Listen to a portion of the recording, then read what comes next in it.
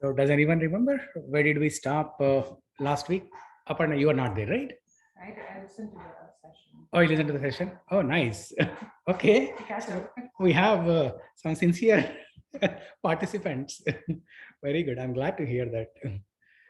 So, yeah, in fact, last week I forgot the fact that you told before week that you will not be coming. Yes. Yeah, you already told. Then at the end of the class, I was thinking, how come Aparna, there was no message and she did not come? Then my wife remembered that you're not going to come the following week. Yeah, she told. She reminded Oh, I that. should have messaged again. Sorry. No, you already told the before week, right? So I forgot. Yeah. Okay, very good. Okay. So there was Garba, you said something, right? No, Onam. Onam. Yeah. Tiruvadira. Okay. So the round dance around. I don't know if you're familiar with that. No. What do they do? So it's like the way with the white sari and we dance around that. Okay. Okay.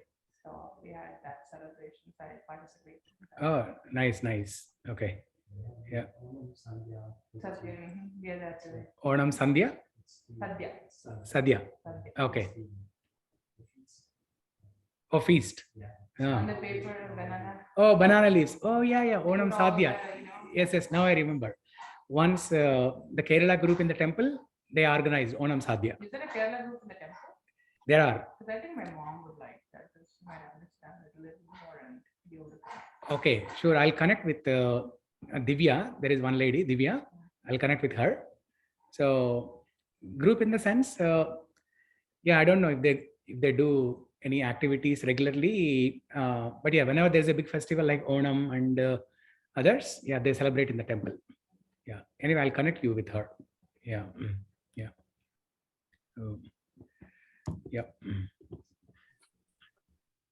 Okay. Wow, Madhuri. Hare Krishna. Madhuri, how are you? Hare Krishna. Shri Prabhuji, how are you? Long time. Yeah. We were traveling for last 2 weeks and our relatives arrived, last but 2 weeks, but in the last week our relatives arrived, so like we could not attend. Okay. Yeah, no problem. Yeah. So, okay, let's begin the class. So what did we discuss last week? Last week we discussed about one of the things was the 3 types of karma, Prabhuji. Okay. Karma, akarma, and vikarma. Yeah. Karma being good, vikarma being bad, and akarma being like no reaction to akarma. That's what I remember. Yeah. So we discussed a summary of chapters from 5th to 8th. No, 5th to 7th. 5, 6 and 7. Yes. 5, 6, 7. Yeah. Okay. So anything else? Anyone remember from chapter 6 or chapter 7?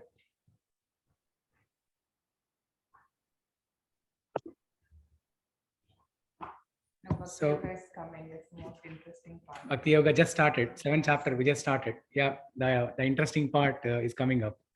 We're going to taste the cream of it. Yeah. The chapter 6 was about Ashtanga Yoga. Yes. Yeah.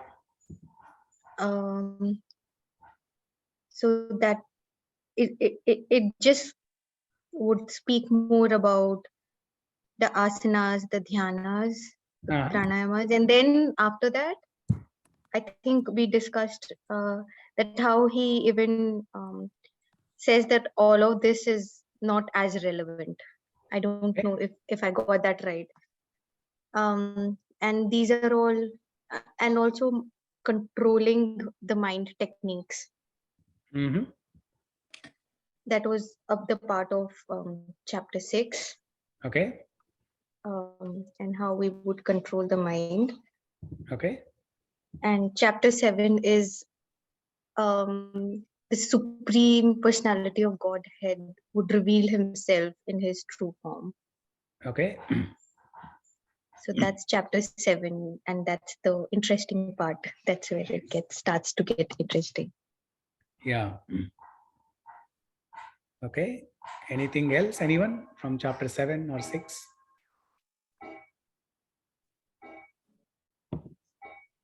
So chapter 5. So we are fusing action and knowledge. Chapter 3 is action, service. Chapter 4 is knowledge. And chapter 5, we are fusing knowledge and action. So we discussed when we combine both in the right balance, then our sadhana will be perfect. So knowledge without action will make one proud. It'll bring pride. Okay. And action without knowledge, what's the problem with that? We might do simple actions and non-devotional actions. No, let's say they are doing devotional service only. Let's say somebody is doing service all the time in the temple and not cultivating knowledge. So It will not go a long way.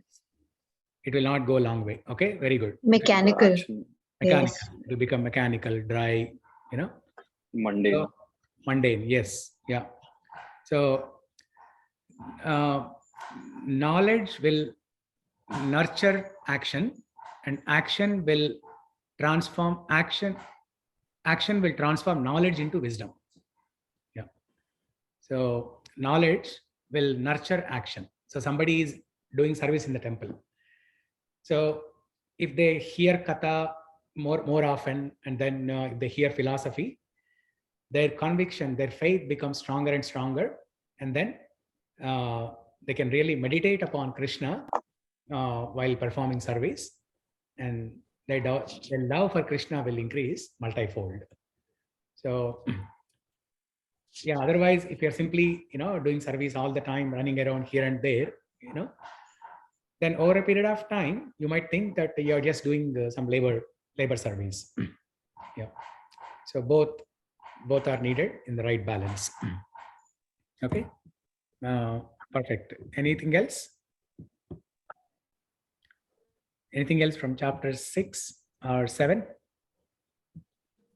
So We discussed in 7 how Bhagavan Krishna is the fragrance of the earth and his true self, that the taste of water, and he's in little experiences and in big experiences,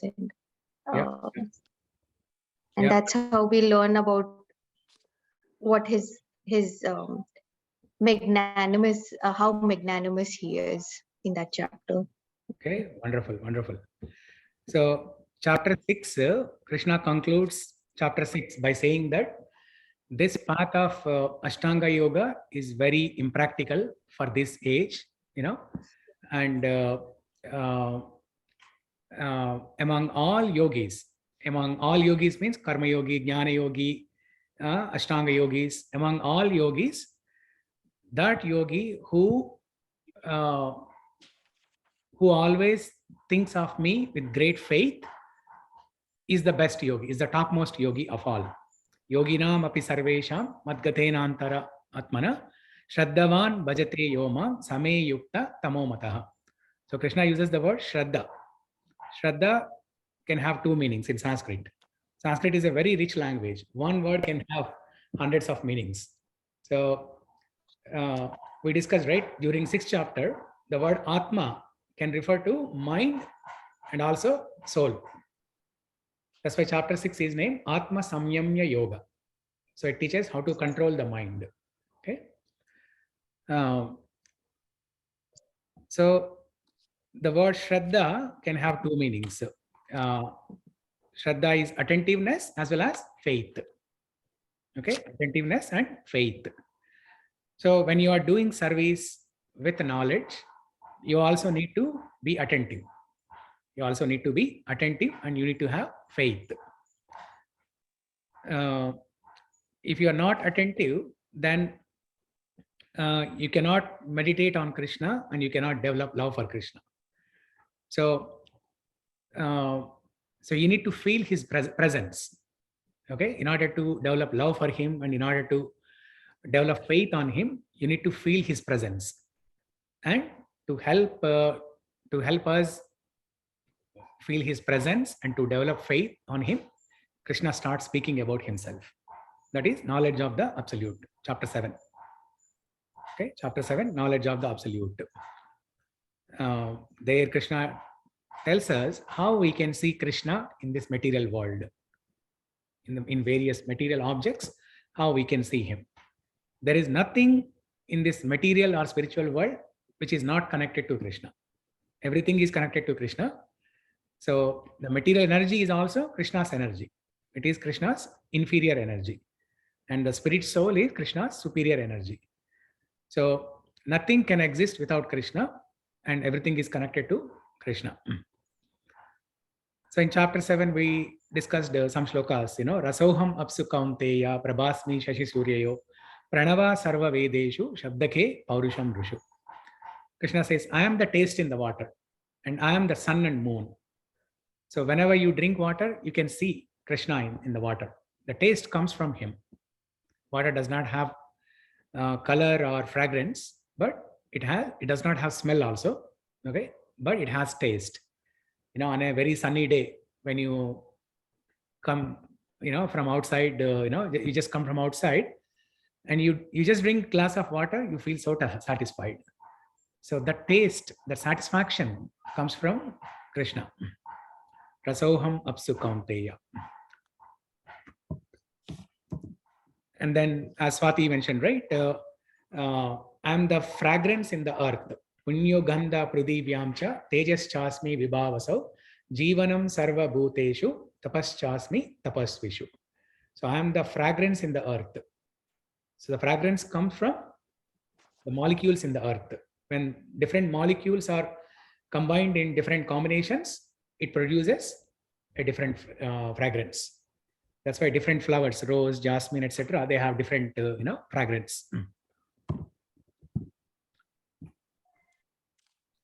Yeah, you missed all the good part, Madhuri.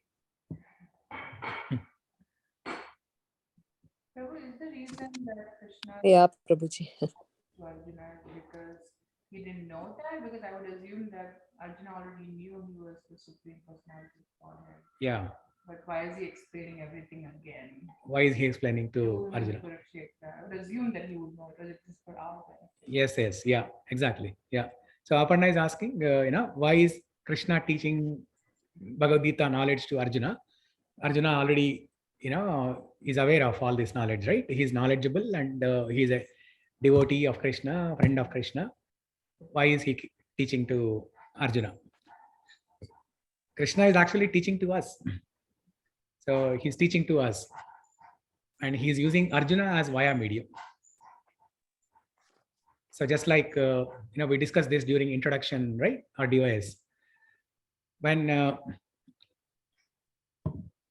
Rajat is saying something. Okay, let's see what he's saying.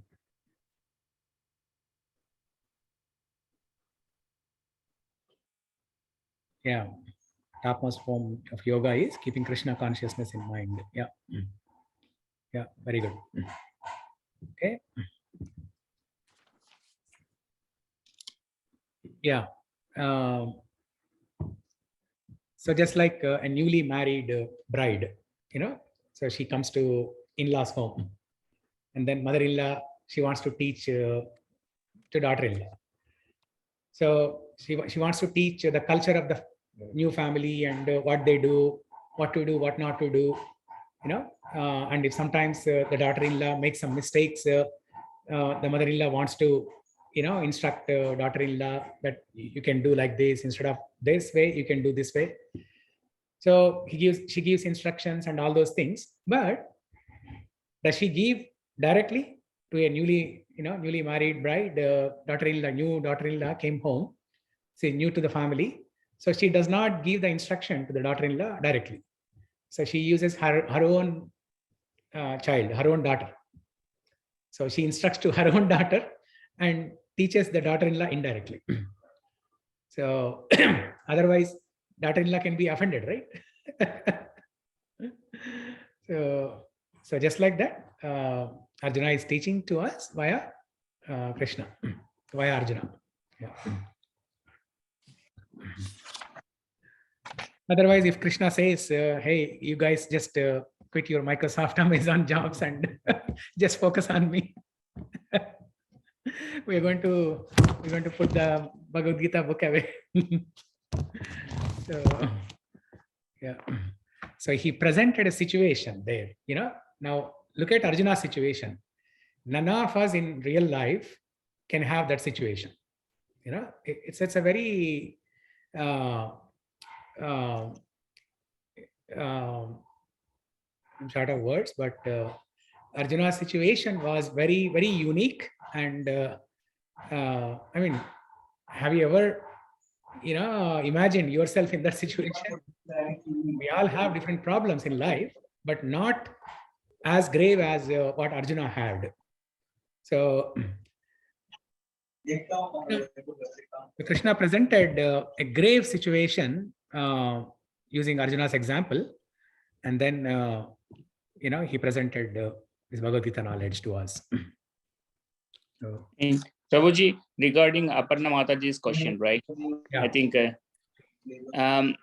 so because one of the verses in Bhagavad Gita, right? So this knowledge is lost. Yeah. Right. So he is the one who taught Vivaswan first. That's where the introduction starts, right? Yeah. I think that was one of the verse that would tell why Krishna had to give that knowledge, because it's already lost. Yeah. And then that's the one point. And point two is we are currently summarizing the entire chapter, but as we go through chapter by chapter, every time Krishna gives some knowledge, there are some doubts. Just like we are asking you, Prabhuji, Arjuna was asking continuous questions to clarify further and to deepen the knowledge and absorb the knowledge what Krishna is saying. So he has follow-up questions. So with the follow-up questions, so it's a continuous dialogue. Yeah. I think those are the two things that came to my mind when Aparna Mataji asked the question. Yes, that's also a wonderful point. In chapter 4, when Krishna starts glorifying Bhagavad Gita, he starts glorifying Bhagavad Gita by himself, and then he explains the history and background of Bhagavad Gita and how this knowledge was lost. And Krishna is trying to continue that lineage now.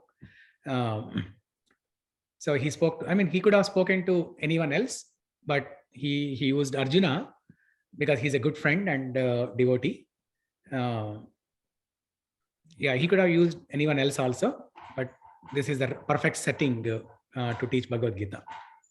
Yeah. So, okay. Yeah. Thank you, Naresh, for that. And then, so as you said, as Naresh said, right, it's all about questions and answers. Bhagavad Gita, Srimad Bhagavatam, Ramayana, everything, it's all about questions and answers. So which one is more important, question or answer? Both, I think. You don't give the option of both, Prabhuji. No, this time I'm sincere. It's either A or B. Either question or answer. It's the third option. It's the third option, A and B. There is no third option. Either or none. So you always add these two later after everybody has gone through the list. No, this time I'm sincere. It's not there. Yeah. Question, Prabhu. Huh? A, option A. Question? Okay. Why do you think so? Or anyone else? What do you think? Is question more powerful or answer more powerful? I go with question. Question. Okay. Rahul, what do you say? He's wearing a nice. Yeah, Prabhuji, because without question we'll not get the capacity to answer or even the thought to give away an answer. So I'll go with question as well. Okay. Anyone else would like to give a different version here? Madhuri, what do you think? I also think the same thing that Rahul just said. I mean, without question, there is no scope for even thinking about answer, Prabhuji. Like, first we need to have that question, like, why is this happening to me? And then we can think of solutions, and we'll try to at least find a solution. Yeah. And the quest starts after there's a question. So I think that's important. Yeah. Okay, excellent. So since you are all saying question, I will also say question is more important than answer. Yes, question is more important than answer, because without question, we don't need to answer anything. Okay, that's as simple as that. And all our life, we have been looking for answers. We don't look for questions, right? We are never short of questions. We are always full of questions, but we are short of answers. We spend our lifetime searching for answers, but we never search for questions. Everyone will have thousands of questions anytime. You ask anybody anytime, they'll be ready with questions. So we spend all our lifetime searching for answers. So question is more important. Without question, there is no answer. And all the Vedanta Sutra, they ask us to question. Atato Brahma Jignasa, Jivasya Tattva Jignasa, all these, thus you inquire. Since you have assumed this human birth, you inquire. You inquire the absolute truth. Bhagavad Gita started with questions. Srimad Bhagavatam, the sages at the Naimisharanya forest, they all assembled and they were asking questions to Sutta Goswami. Okay, it started with questions. So Ramayana also started with questions. Yeah. So yeah, all the literature, they started with questions. The first chapter also sounded like a big question, right? Like Arjuna's sad, Exactly. like, I'm done. What do I do? Very good. Yeah, very good. And yeah, first chapter is all full of questions. Okay, it's full of questions. And see, the chapters in Bhagavad Gita, they are to be considered as progressional stages on the ladder of Bhakti Yoga. Okay, 18 chapters. For someone who is familiar with Ayyappa Swami temple, there are 18 steps, right? Yeah. 108? Oh, not 18? It's not 18? That's more. Maybe you're right, 108. There's a small 18 to the temple. but Yeah, there's a yeah, big, that's what I remember. Yeah. Yeah, to the main temple, there are 18 steps. Yeah. So there are the 18 chapters of Bhagavad Gita. They are the progressional stages, the rungs of the ladder on the Bhakti Yoga. So as we progress from one chapter to another chapter, our faith and bhakti should increase. And most of us, where are we? Which chapter are we in? One. Chapter 1. One. Chapter 1. Very good. Everyone is agreeing unanimously. Chapter 1. Yeah. Yes. We are always, asking questions, but we should stop asking and listen. At some point, we should stop questioning and listen. We should question, but we should listen. Okay, so we were discussing, what was the original topic we were discussing? You're summarizing 7.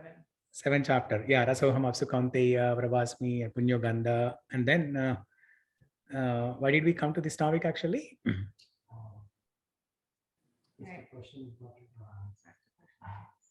Okay. Oh yeah. So you asked why Krishna spoke Bhagavad Gita to Arjuna. He was already knowledgeable. He knew everything, because I would think that he is so close to Krishna. He already knew he was the Supreme Personality of Godhead. Yeah. So why he's saying, "Oh, I'm the taste"? Like, why is he reminding him? Yeah, yeah. At that moment, I was just curious. Yeah, yeah. So he was put into illusion. Arjuna was put into illusion that he does not know anything. So Krishna asked Arjuna, "Hey Arjuna, just pretend that you don't know anything." So yeah. sometimes when I'm presenting the slides, by mistake, the slide advances to the next slide, without my knowledge. Then everybody sees that. Then I tell the audience, just pretend that you have not seen that. So, okay. So chapter 7. Prabhuji, there's in the 4th chapter, right? Krishna does say that we both are existing, all lifetimes. Yeah. And you forgot the knowledge. I remember everything. Yeah, I remember everything, but you forgot it. Yeah. Yeah. You don't remember it, or you don't remember it. Yeah. Yeah, you don't remember, whereas I remember everything. So because Krishna remembers past, present, and future. Whereas living entities, once we leave this body, we don't remember. When the soul transmigrates to the next body, next life, we don't remember anything, what happened in the previous life, which is good, right? Otherwise, the pain, and also, you'll mix up the relations. You'll go to someone else's home and say, oh, you're my wife, you're my husband. Yeah, it's a chapter 4, 5th verse. That's also a point. Yeah.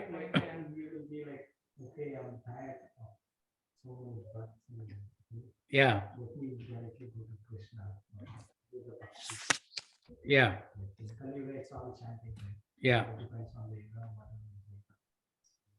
Yeah. We don't know how the karma works. So you're asking why we don't remember Krishna. Krishna gives that forgetfulness because the soul turned away from Krishna. Soul turned away from Krishna, and Krishna gave that forgetfulness and said, okay, you try to enjoy by yourself in the material world and see if you can lord over the matter and see if you can be lord by yourself. So Krishna gave that forgetfulness. That's why we don't remember. Krishna gave forgetfulness of him, and also Krishna gives forgetfulness of all the previous lifetimes also. Otherwise, all the pain and all, if we remember that, we cannot leave this life. Yeah. And if Krishna sees sincerity and dedication in us, then he gives the power to remember him. Yeah. That's why at the time of death, even if somebody asked that question, right? Either you or somebody, right? Yeah. So somebody is in coma, what happens to them? So Krishna gives that power to remember, even if the person is in coma or Alzheimer or anything. Krishna gives the power to remember. If they're sincere and if they have done proper sadhana, Krishna gives the power. Yeah. Yeah, Naresh, you were saying something, right? Yeah. So referring to the verse 4.5, Krishna says, many, many births, both you and I have passed. Yeah. I can remember all of them, but you cannot. You cannot, yes. And Krishna says, although I am unborn. So Krishna has a transcendental body that never deteriorates. Yeah. Ajopi San. Whenever he appears in the material world also, he appears in his transcendental body. Ajopi Sannam Bhutanam Ishwaropi San. And does that mean, Prabhuji, does that mean we don't have a eternal body? We are always part and parcel of Krishna. That's why we are souls. So we cannot hold the knowledge. No, we have a spiritual body, but we don't see that spiritual body now. The soul is covered with matter. Okay. So when we achieve perfection and go back to Krishna, go back to Golok Vrindavana or Vaikunta or Ayodhya, any of the spiritual worlds, then the soul takes the spiritual body. Okay, I got it. Yeah. But there are exceptional cases where great devotees, they went to spiritual world with the material body itself. Like Tukaram. Tukaram went to spiritual world with his material body. And why is that so? There were a few others, but Tukaram is one example. That Tukaram everybody is aware of, right? So why somebody chooses to go to spiritual world with the material body itself? So that they can remember again, not falling down. And the body reminds. No. body reminds them Because the the remembrance, love that developed. remembrance is in the subtle body. Mhm. That goes. Even after liberation, subtle body goes with along with the soul. Maybe to do material service with the material body to the Lord, Prabhuji? No. When you go back to spiritual world, you do service to Lord in a spiritual body. Maybe it's to hear the chantings or like sing with his own voice and stuff like that, like material service that is being mentioned. Or to sing or chant. No, that anybody can do with the spiritual body also. Okay. Spiritual body is more powerful than material body. Okay. Yeah. Maybe the question is, what is the difference between material and spiritual body? Does it have, I don't know what the contents are. Is it just like Okay, so to make it simple, just assume that spiritual, not assume, just know that spiritual body is more powerful, more capable, more potential than material body. So somebody can do more things in a better way with spiritual body than, but why somebody chooses to retain material body?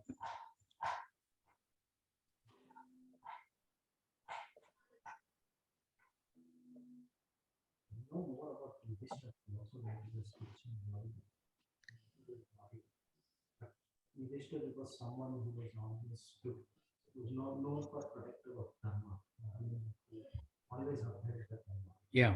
And because of that, he went to spiritual world, Mhm. the material world. Parama, he is like a great devotee who always used to praise about dharma. Yeah. That is the reason he was able to go to the spiritual world Mhm. with the material world. Because in both the cases, No, he chose. It was his choice. Tukaram, it was his choice. Yeah.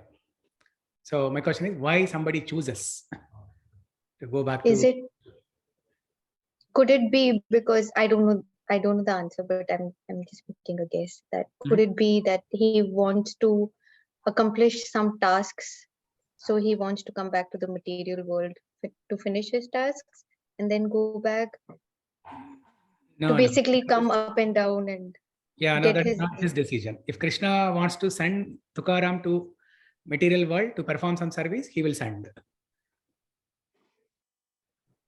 Yeah. he wanted to serve the Lord with the same body. He can serve in spiritual body also. But he does not know what spiritual body might be like. Because I'm not sure. Yeah, you wouldn't know until you obtain the spiritual body. You wouldn't know what it is like. Yeah. But once you obtain, but at least he has the knowledge that spiritual body is made of Sat, Chit, Ananda. These are the constituents of the spiritual body. Sat is the truth, absolute truth. Sat is eternal. Chit is knowledge. Ananda is bliss. Okay, these are the three components of the spiritual body. Just like how our body is made up of Pancha Mahabhuta: earth, water, air, fire, ether. Okay, earth, water, fire, air, fire. These three elements we can see, but air and ether we cannot see. Similarly, Sat, Chit, Ananda. We cannot see them. We cannot even comprehend how a body can be made up of Sat, Chit, Ananda. How body can be made of knowledge. Is it like books, made of books? We cannot comprehend that. Okay, but those are the three components of spiritual body: Sat, Chit, Ananda. So Tukaram chose to go to spiritual world in material body because he felt this material body is so precious, because I performed all my service in this material body. So he wanted to go to spiritual world in that. But are you allowed to go to spiritual world with the material world? He chose, and yeah, he was allowed. Yeah, and it is Krishna's energy, right? Material energy also is. Hi, Tulsi Priya. Yeah, Material energy is also Krishna's energy, inferior energy. Okay. But when they go to, I mean, if the matter is in this material world, it can deteriorate over a period of time. But Tukaram chose to go to spiritual world in the material body, and Krishna can make that matter also not deteriorate and make it like permanent. He doesn't die. Hmm? Body won't decay or. Yeah, it won't decay. Yeah. For example, Ramanujacharya's body. Are you all aware of this? It is still existing. Ramanujacharya's body. Yeah. It is still existing. How many of you know this? No? No, I don't know. No? No. It is still existing. It is still existing like a deity. Like in our temple, we see Prabhupada's deity, right? It is in a sitting posture like that. Did they like preserve it? Or? Yeah, they preserved it. They preserved it without any chemicals. No cold temperature, nothing like, we have that Walt Disney project, right? Cryonics, where Walt Disney asked his family members to preserve his body because he believed that one day science will come up with a solution for death and he can come back alive and enjoy his kingdom again. So it costs millions of dollars to preserve a body in that project, cryonics containers. And over a period of time, they did that for a few years, and over a period of time, they pulled the plug. Either they became greedy or they were running out of money, but they pulled the plug and his body is no longer preserved. Whereas Ramanujacharya's body, still it's preserved without any chemicals. They put karpuram, gandham,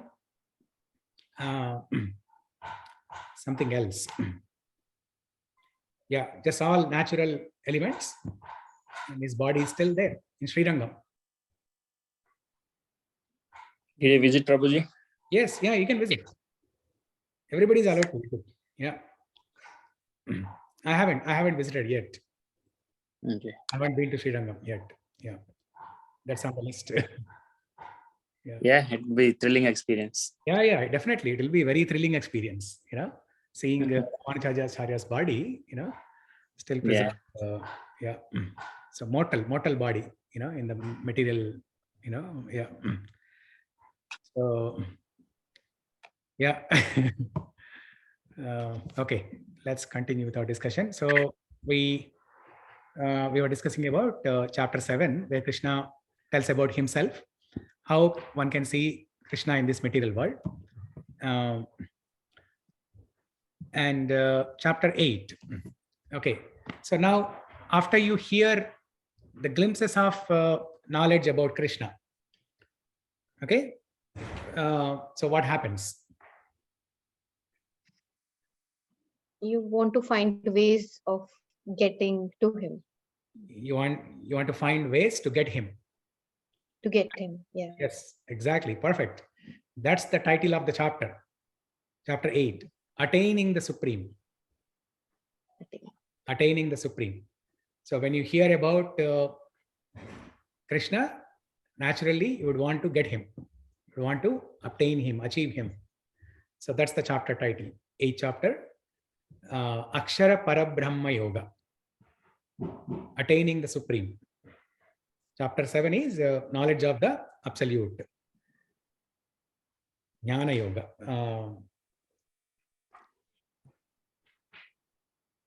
Yeah. Chapter 8, Akshara Parabrahma Yoga. Attaining the Supreme. So when you hear about Krishna, you will develop a desire to attain him. You'll develop a desire to attain him. So in that chapter, Krishna explains some of the glories of his abode, some of the glories of his abode. And Krishna also tells how one can obtain Krishna at the time of death, the art of dying. Okay, Bhagavad Gita teaches art of living and art of dying, both. So art of dying, what exactly it is? Krishna says, Yam yam vapi smaran bhavam tajaktante kalevaram tam tam tam tamevaiti kaunteya sada tadbhava bhavitaha. Yam yam vapi smaran bhava. Whatever you remember at the time of death, that you will become in the next life.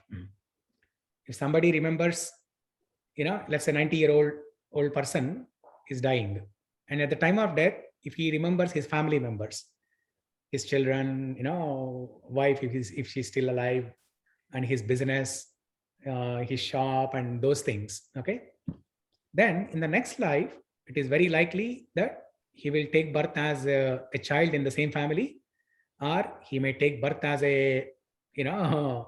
as some insect or cockroach in his shop, because he was thinking about shop, right?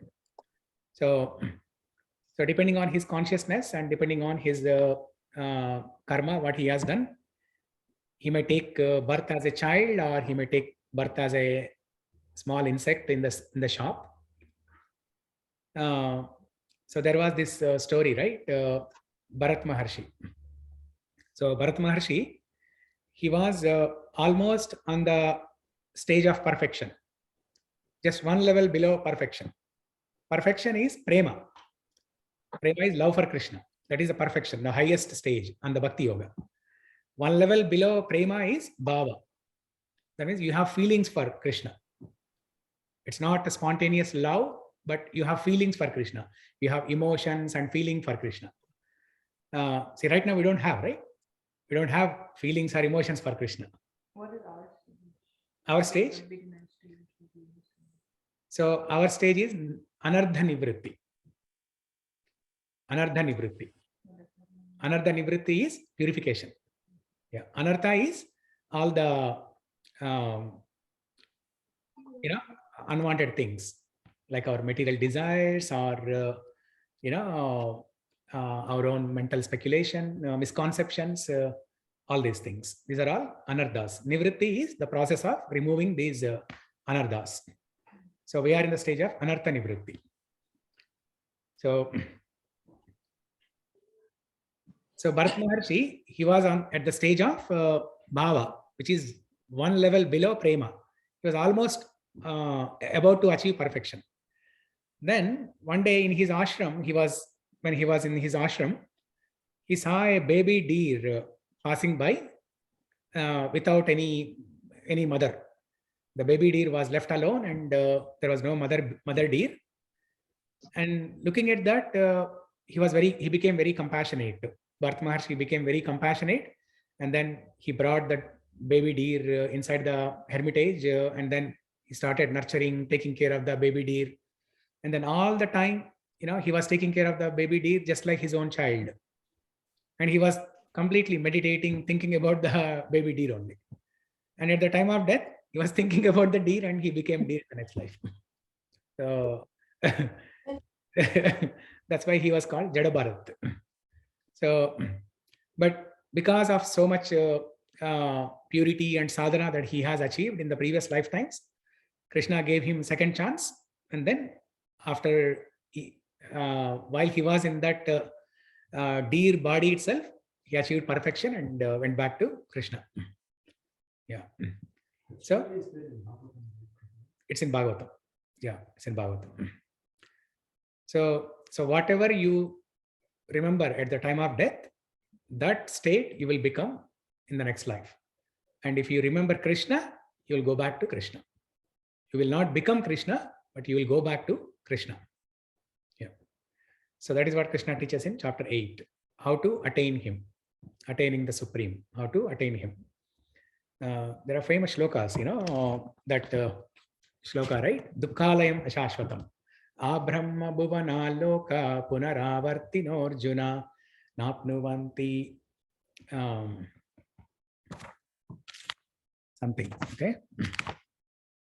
This verse, and then Abrahma bhuvana loka. From topmost Brahma loka to Patala loka. All the lokas are full of miseries. And they're all mortal bodies. Everyone is subject to death. And then there is this verse, right? That Dukkhalayam Ashashvatam. This material world is full of miseries, and it is temporary.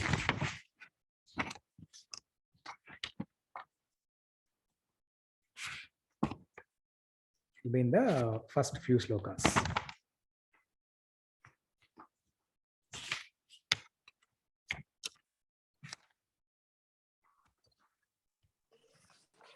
Yeah, this also 8.5. Antakale cha mameva smaran muktva kalevaram yaprayati samadbhavam yati nastyatra samshayah. And whoever at the end of his life quits his body, remembering me alone, at once attains my nature. Of this, there is no doubt. 8.4, 5, 6. 6 is that yam yam vapi smaran bhavam.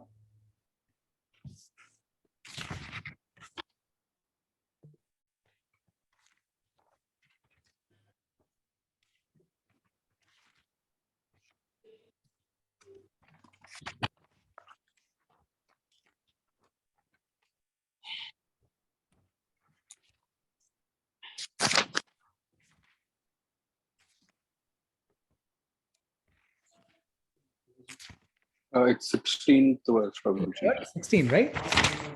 Yeah. Brahma Bhuvanalo. Dukkalayam Ashashvatam. 8.15. 8.15 is Dukkalayam Ashashvatam. Yeah. Mamupetya Punarjanma Dukkalayam Ashashvatam. Napnuvanti Mahatmana Samsiddhim Paramam Gata. After attaining me, the great souls who are yogis in devotion never return to this temporary world, who is full of miseries, because they have attained the highest perfection. So look at this verse. After attaining me, the great souls who are yogis in devotion never return to this temporary world, which is full of miseries. That means Krishna is saying that this material world is full of miseries, but once they come to spiritual world, there is no misery. That's why Vaikunta, right? Kunta is miseries. Vaikunta is the negation of it. No miseries. So that place where there are no miseries, if somebody achieves that, they will not come back. So there was this joke, okay?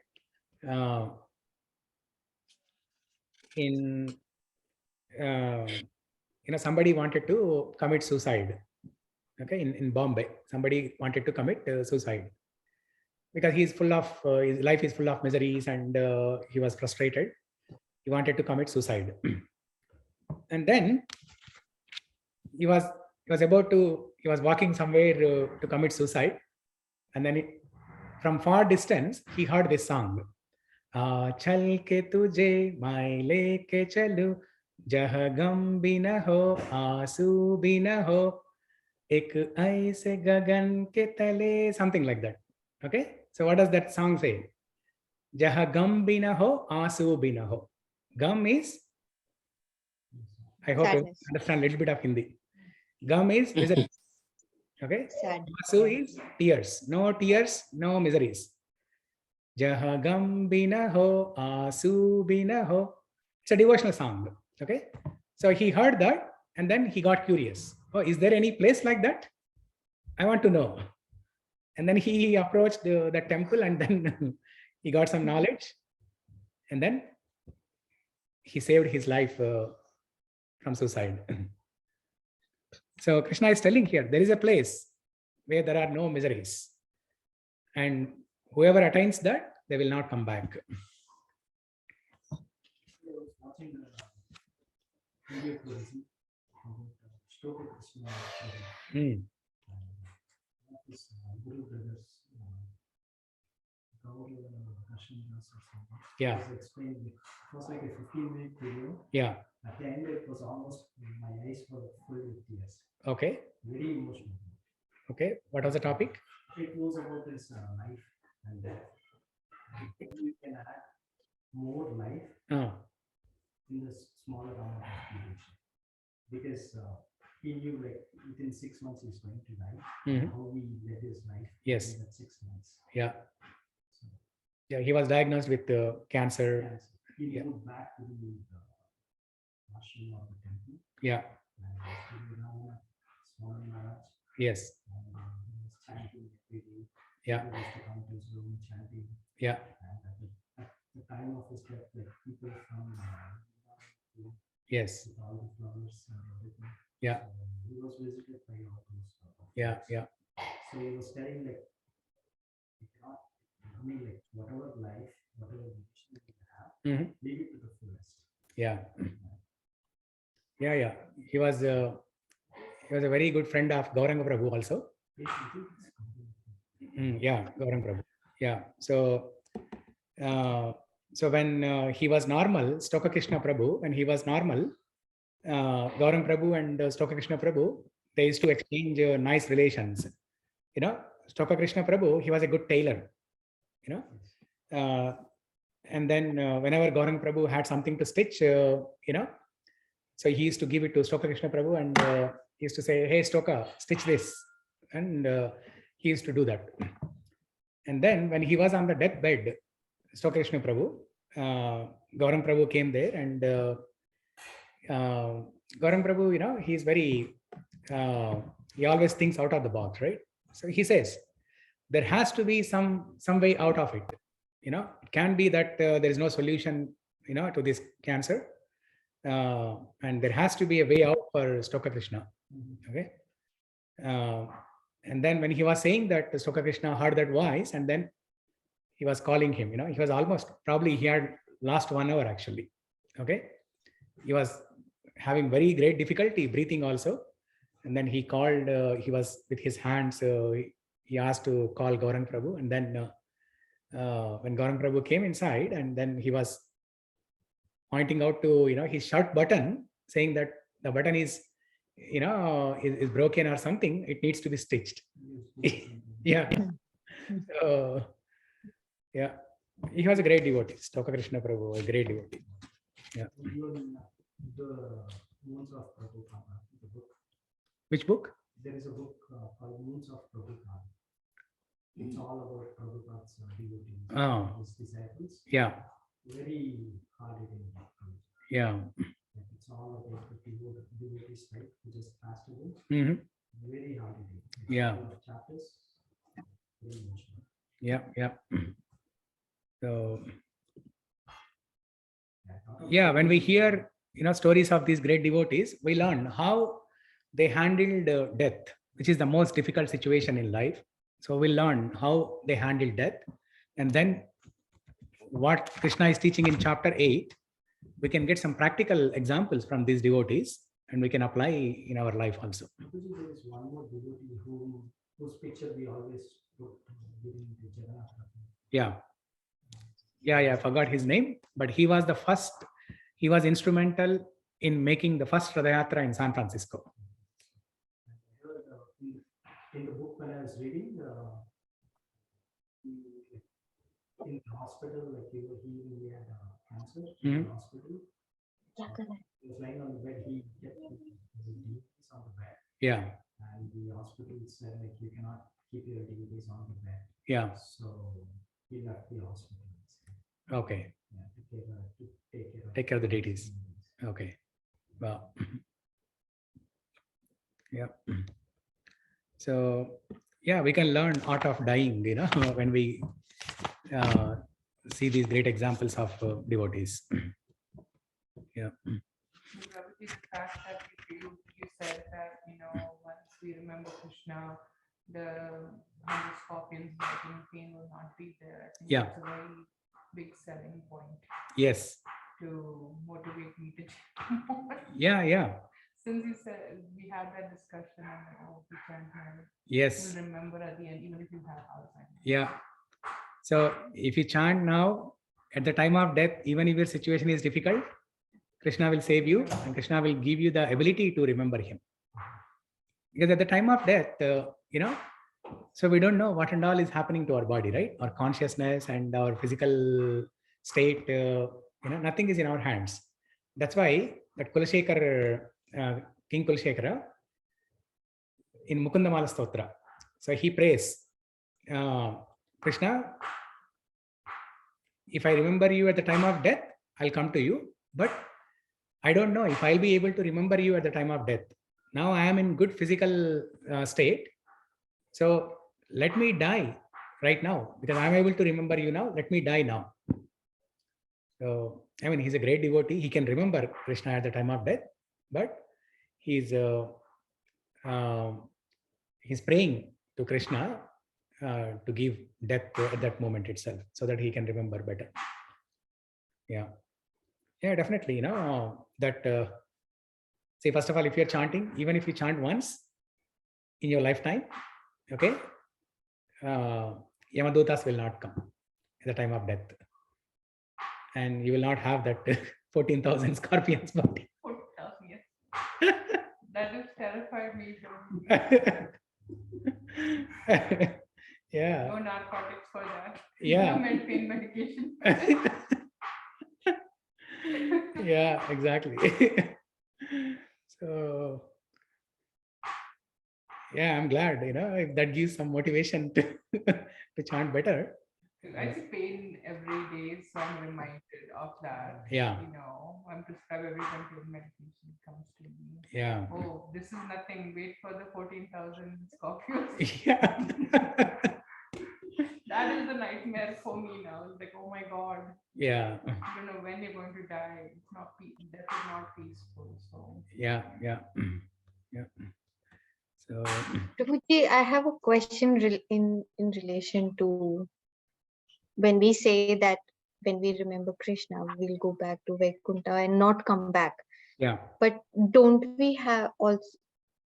haven't we also heard, and maybe it's a part of Bhagavad Gita too, that everybody will go back at some point together, and when the Brahmratri is over, we'll start coming back again during a different Satyug. Yeah. So is that true?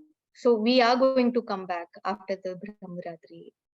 Yes. We are just going that entire set of, as long as Satyug, Kalyug, Dwapar Yug, Treta Yug combined in the Ratri, but we are going to come back. Yes. So there are 3 types of annihilations. Annihilation is coming to an end, right? Okay. There are 3 types of annihilations. One is when this body dies after 60 or 70 or 80 or 100 years, when the body dies, that's one type of annihilation. Okay. And then during Brahma Ratri, Brahma has day and night. So when Brahma's day ends, then there is partial annihilation. No, sorry. When Brahma's day completes, day and night, one day completes, which is day and night. Okay. So Brahma's one day is, there's a big calculation. Okay. It's some millions of years in earthly years. Okay. So when Brahma's one day completes, which is day and night, then partial annihilation. Okay. Prabhuji, is that clear? Because I remember it's when the night arrives, automatically all the living beings are absorbed. Absorbed. Yeah, that's partial. When the night arrives. Yes. And then when Brahma's 100 years are completed. Okay. Brahma is also a mortal person, right? When Brahma's 100 years are completed, everything is annihilated. That's complete annihilation. Even Brahma is also annihilated. So, and everyone will come back again. Yeah. Brahma's 100 years is like when Brahma one day is what we are living the yoga, and Brahma 100 years is, yeah. Can't even imagine what. Yes, I'll tell you those calculations. It's in chapter 8 only. Very old. Huh? He's very old. Yeah, yes. 8.17. Okay. Sahasra yuga paryantam aharyad brahmano viduhu ratrim yuga sahasrantam teho ratra vidojana. In the purport, Prabhupada writes, the duration of material universe is limited. It is manifested in cycles of kalpa.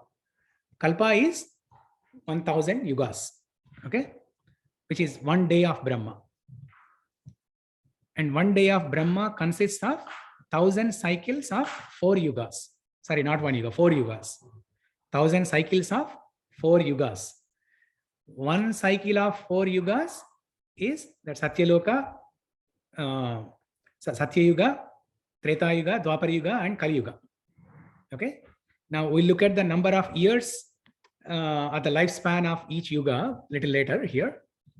So the cycle, the 1,000 cycles of 4 yugas is called one kalpa. Okay. The cycle of Satya is characterized by virtue, wisdom, and religion. There being practically no ignorance and wise.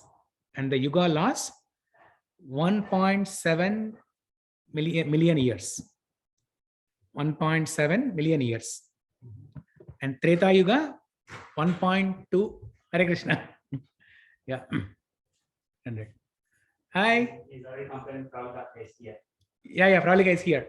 Go upstairs. She's upstairs. Hi, Nana, Pravalika. Yeah.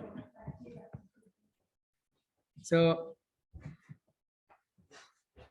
in Treta, yeah, Satya Yuga is 1.728 million years, and Treta Yuga 1.296 million years, and next one, Dwapara Yuga is 864,000 years, and Kali Yuga is 432,000 years. So far, we have only completed 5,000 years something. In Kali Yuga, we have completed 5,000 plus years. And the duration of... When the night arrives, the material world the night ends. Night arrives, yes. Yeah, that's what I was... Let me clarify that. Sahasra Yuga Pariyantam Ahariyad Brahmano Vidhu Ratrim Yuga Sahasrantam Teho Ratra Vidojana.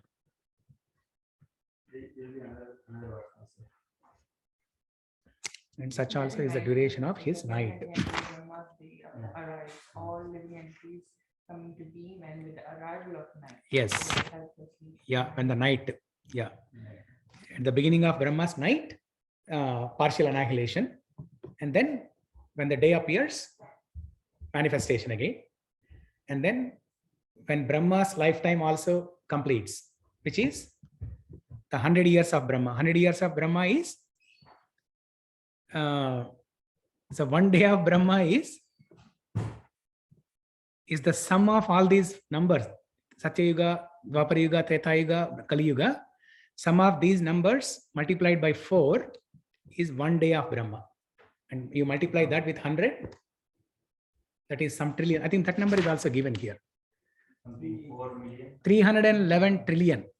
Yes, these 100 years by earthly calculation total to 311 trillion and 40 billion.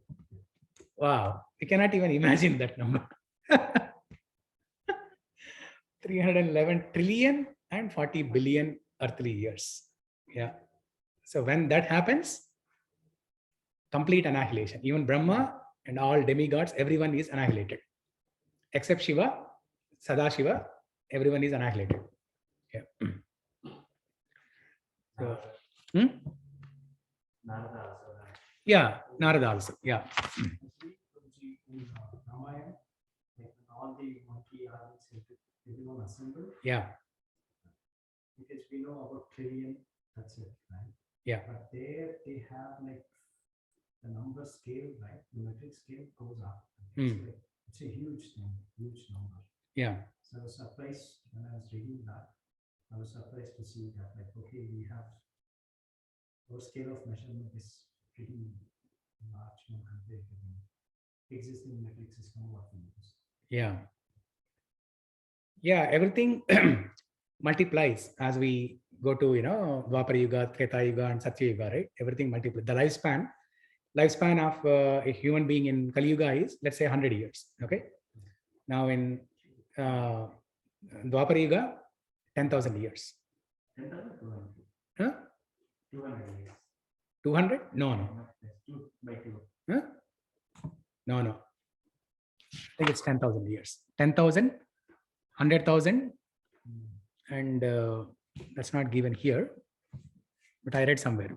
So 100, and then 1,000, not 10,000, 1,000, 100, 1,000, 10,000, and 100,000.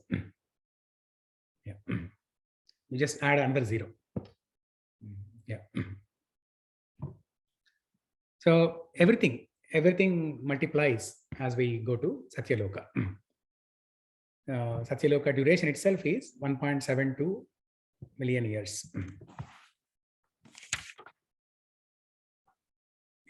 everything multiplies, and even the virtue, right? The dharma also runs on 4 legs in Satya Yuga, and Treta Yuga 3 legs, Dwapara 2 legs, and Kali Yuga dharma is limping on 1 leg now. Yeah. So yeah, so that's about chapter 8. Okay, attaining the supreme. In this chapter also, Krishna mentions how some yogis, how they, there are two important points from this chapter. Okay, Arjuna asks 8 questions in this chapter. Okay, Arjuna asks 8 questions. So he asks, what is karma? After hearing all the 7 chapters, now he asks, what is karma? Kim karma, kim akarmeti. The beginning only, 8th chapter beginning only. Kim Brahm, yeah.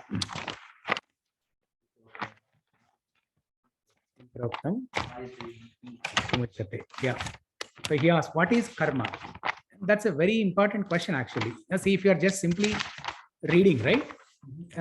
Let's say you are reading the Bhagavad Gita translations, either by yourself or in a class, it's very easy not to pay attention to that. What is karma? We might think, okay, we already heard chapter 3, 4, and 5, which is full of karma yoga. Now, okay, this question does not even appear so pertinent to me at this stage now. That will be the tendency, and it's very easy to overcome that. But it's a very important question when Arjuna asks, what is karma? See, we all know, right? Karma is action. Karma means action. But Arjuna's question is, how did this karma began in the very first place? How did this karma cycle began in the very first place? So that is his question. So what is karma? And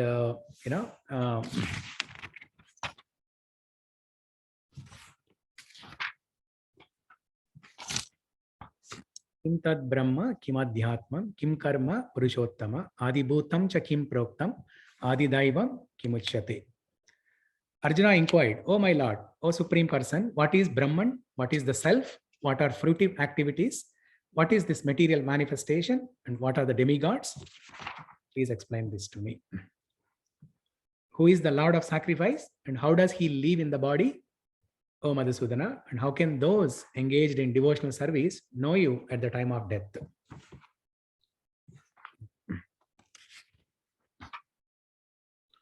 So the first time he's asking, who is super soul? What is karma? Who is super soul? I mean, he's along with other 8 questions, other 6 questions.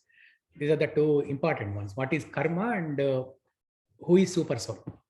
So far Krishna has not talked about super soul. Yeah. So Krishna answers some of those questions in chapter 8, and then he continues answering rest of the questions in the next chapters. That is one. And then towards the end of 8th chapter, Krishna also tells how yogis, not bhaktas, but how yogis can go to spiritual world if they leave their body on an auspicious day. During the day and during auspicious time and day, they can go back to spiritual world. So, but they have to really calculate, and they have to really plan it well, so that they can leave the body during that auspicious time. Otherwise, they'll have to start from 0 again. Whereas for devotees, all these things do not matter. Okay.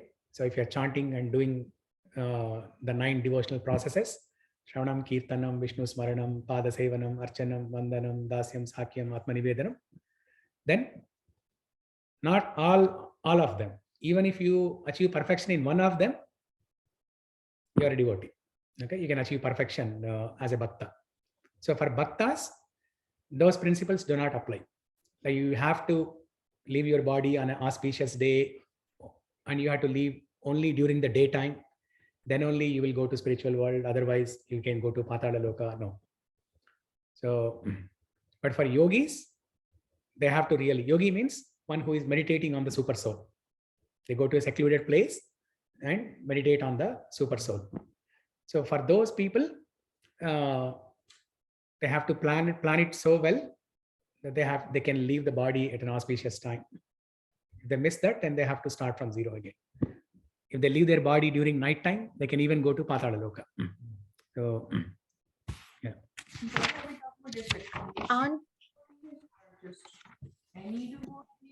Any devotee.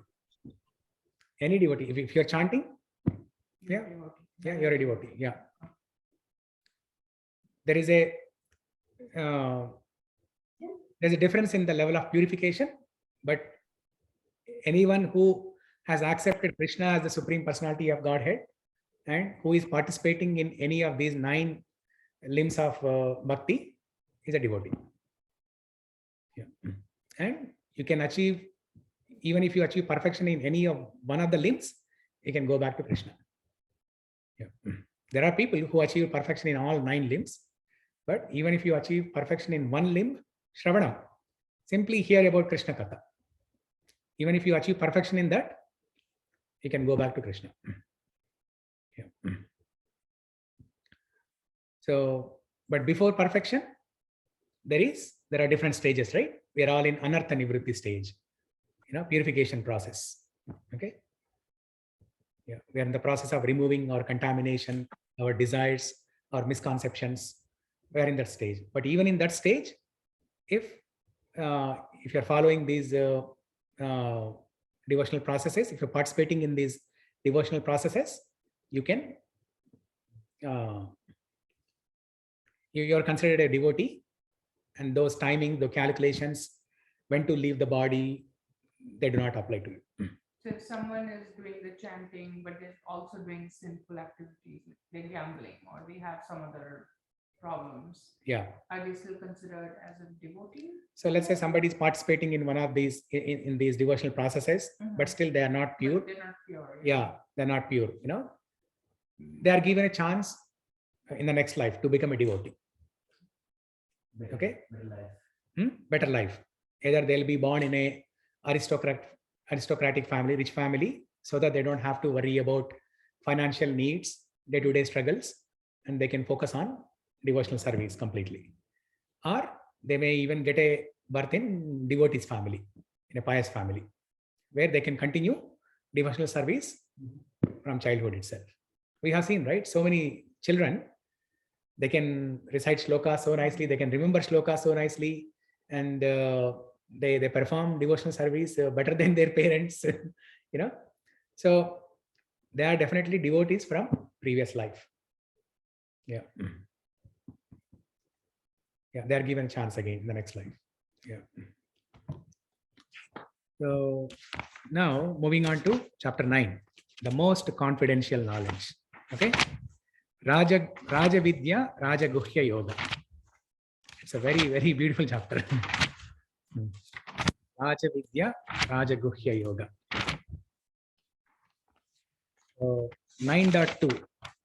Raja Vidya, Raja Guhyam, Pavitram, Idamuttamam, Pratyakshaavagamam, Dharmyam, Susukam, Kartum, Avyayam. Krishna is glorifying Bhagavad Gita. Krishna is glorifying this process of devotional service.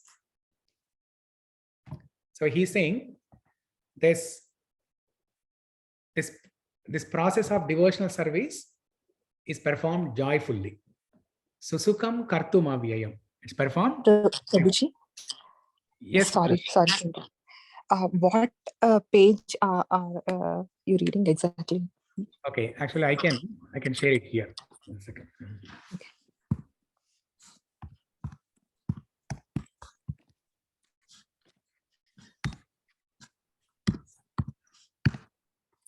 It's chapter 5 though, right? Chapter 9. Chapter 9. 9. Okay. Yeah, let me share my screen.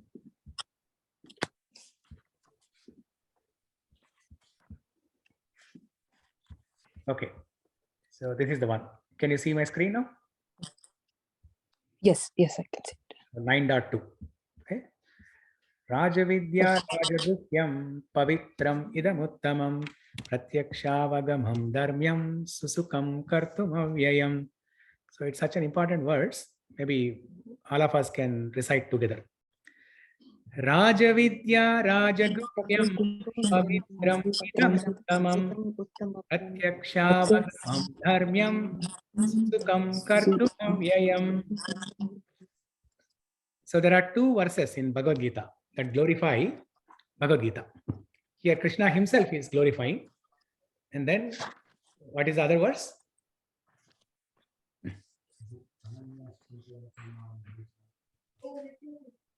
No. So in that verse, Krishna is explaining how to refine your bhakti, how to refine the process of devotional service, unalloyed devotion. Yeah. Hmm?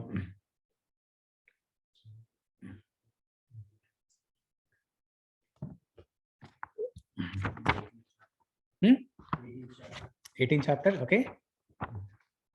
Then which verse?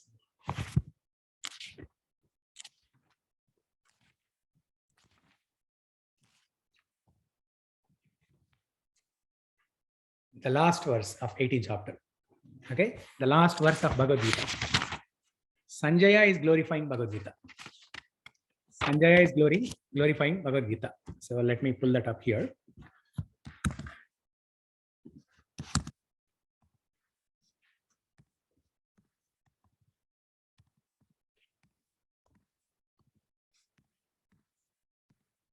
Yatra Yogeshwara Krishno Yatra Partho Dhanurdaraha Tatra Shrir Vijayo Bhutir Dhruvanitir Matir Mama. So Sanjay is saying, wherever there is Krishna, the master of all mystics, and wherever there is Arjuna, the supreme archer, there will be certainly be opulence, victory, extraordinary power, and morality. That is my opinion. So he's saying, wherever there is Krishna and Arjuna, that means wherever there is Bhagavad Gita, there is Krishna and Arjuna. So wherever there is Bhagavad Gita, there is opulence, victory, extraordinary power, and morality. That is my opinion. So you can use this verse to refute some of the arguments made by Indians, right? Some Indians, they say, you should not keep Bhagavad Gita at home. It will lead to quarrels. Because this book is all about fighting. They say you should not keep Bhagavad Gita at home. Even my dad said, yeah, not long ago, very recently, like 2-3 years ago, he said, we should not keep Bhagavad Gita at home. It will lead to quarrels. So you can show this verse to refute, their arguments. Is there a superstition or is there some? It's a superstition. Yeah. Somebody told them their forefathers or somebody told, and that is passing on to generations without proper knowledge like this. Yeah, Prabhuji, even in my family, they never saw a Bhagavad Gita book until I got it. Yeah. Then we never had a Bhagavad Gita book for like 100 or 200 years, my father was saying. Yeah. I was like astonished. In many what's going on in India? Yeah, we don't see Bhagavad Gita. So they'll have other books like Ramayana and Mahabharata also they'll have. In fact, Bhagavad Gita is part of Mahabharata, but Mahabharata, but not Bhagavad Gita. So yeah, they'll have all chalisas, probably like Chalisa, Hanuman Chalisa, yeah. Durga Chalisa, Vishnu Sahasranamam, yeah, but not, yeah. Okay, so coming back to 9.2. So Krishna is glorifying Bhagavad Gita. He's saying this knowledge is the king of education, the most secret of all secrets. It is the purest knowledge, and because it gives direct perception of the self by realization, it is the perfection of religion. It is everlasting and it is joyfully performed. Actually, when we come to chapter 9, when we discuss this verse, we will break this verse into different components, like Rajavidya. That itself can be discussed, for an hour or so. And then Rajaguhyam. What does Krishna mean by Rajaguhyam? And what is Pavitram? and what is Uttamam. Pratyakshaavagamam. Okay, so here, let's talk about this important thing, okay? Pratyakshaavagamam. So what does Pratyakshaavagamam means? Let's look at the Sanskrit meaning. Pratyaksha is by direct experience. Avagamam is understood. So we all remember from our device, our introduction to Bhagavad Gita days, right? What are the different ways of acquiring knowledge? Ashok is an expert in this, so you keep quiet. Naresh also would know, definitely. Okay, so let's see. Anyone online?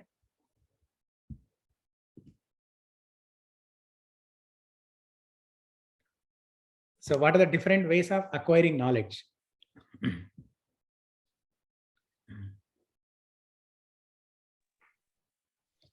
Reading a book, watching a video, listening to a professor or like a teacher.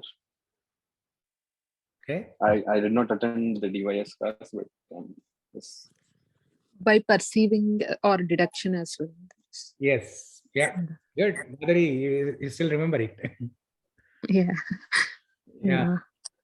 So what do you by direct experience, that is like hearing, like with our five senses, either perceiving or like seeing or something like that. And the second one is by inference or like deduction or something like that. And third one is by a teacher, by a spiritual guru. Yes. Yeah, perfect. The three methods of acquiring knowledge are Pratyaksha Praman, Anumana Praman, and then Shabda Praman. Pratyaksha, Anuman, and Shabda. Pratyaksha Praman is you acquire knowledge using your senses, using your five senses and mind. And then Anuman is through speculation, inference, based on your prior knowledge and information that you have from the past. So you make speculation and come to a conclusion. Okay. Let's say you're driving your car and you see smoke from far distance. So you have knowledge from the past that if there is fire, then there will be smoke. So you make a speculation, or there could be fire accident, or it may be a factory extinguishing smoke. So you come to some speculation like this.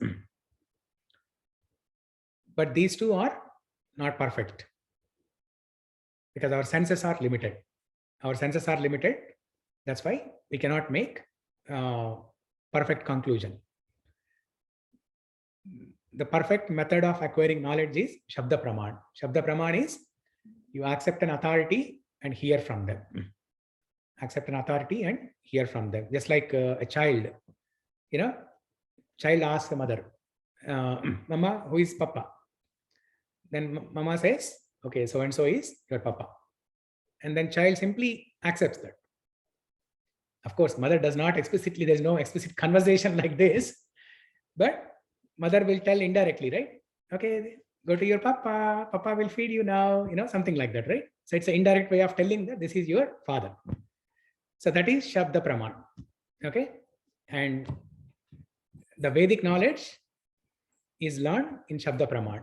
So you accept a guru and inquire submissively and learn the knowledge. So reading, hearing, everything is Shabda Praman. So we know about these three pramanas. Okay. Now, okay, let's say Shabda Praman. And one of the ways of acquiring knowledge about Krishna is by reading Bhagavad Gita. But which Bhagavad Gita? How do we know which Bhagavad Gita is genuine?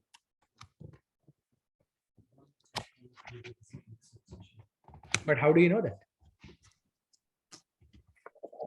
As it is, Bhagavad Gita as it is. How do you know as it is as it is?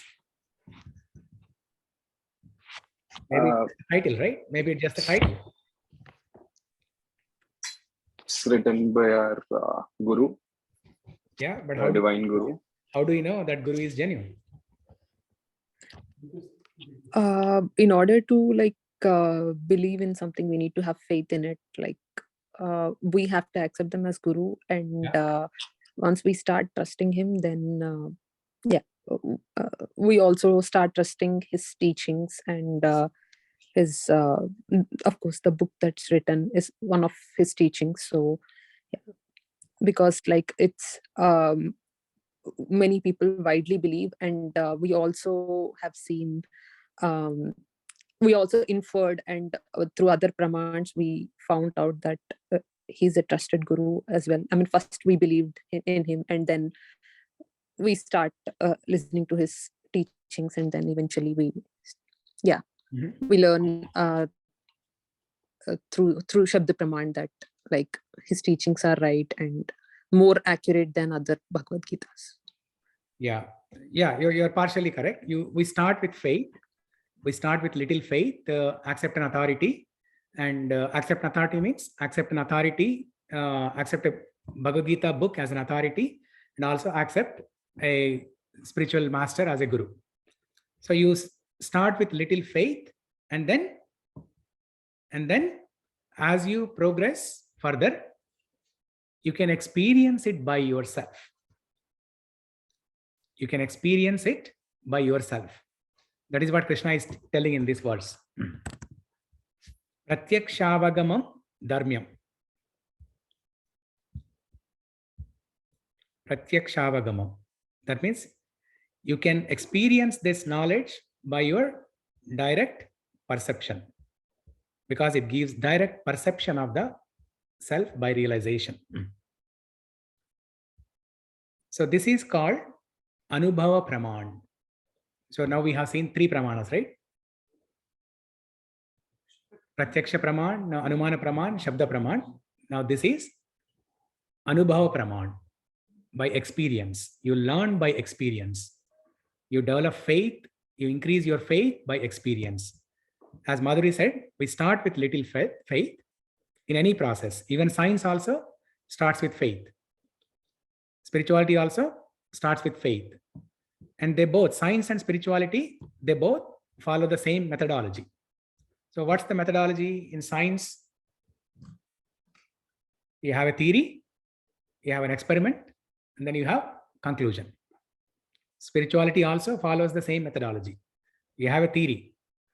I am not this body, I am a spirit soul. And then there is a process to experiment that. And then conclusion. That yes, I am not this body, I am the spirit soul. So Krishna is telling in this verse, chapter 9, verse 2, that it is not blind faith. You have to start with faith anyway, in any process, whether science or spirituality, you have to start with faith. But as you progress further, it is not blind faith. You can experience, you can perceive this knowledge by direct perception. You can realize this knowledge by direct perception. Anubhava Praman, that is Anubhava Praman. So Sanatana Goswami says this, one of the 6 Goswamis, Shad Goswamis, Sanatana Goswami says this, Anubhava Praman is the best Praman.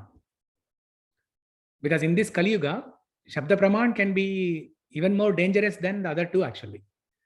Because, okay, we understand that Shabda Praman means to read scriptures and learn.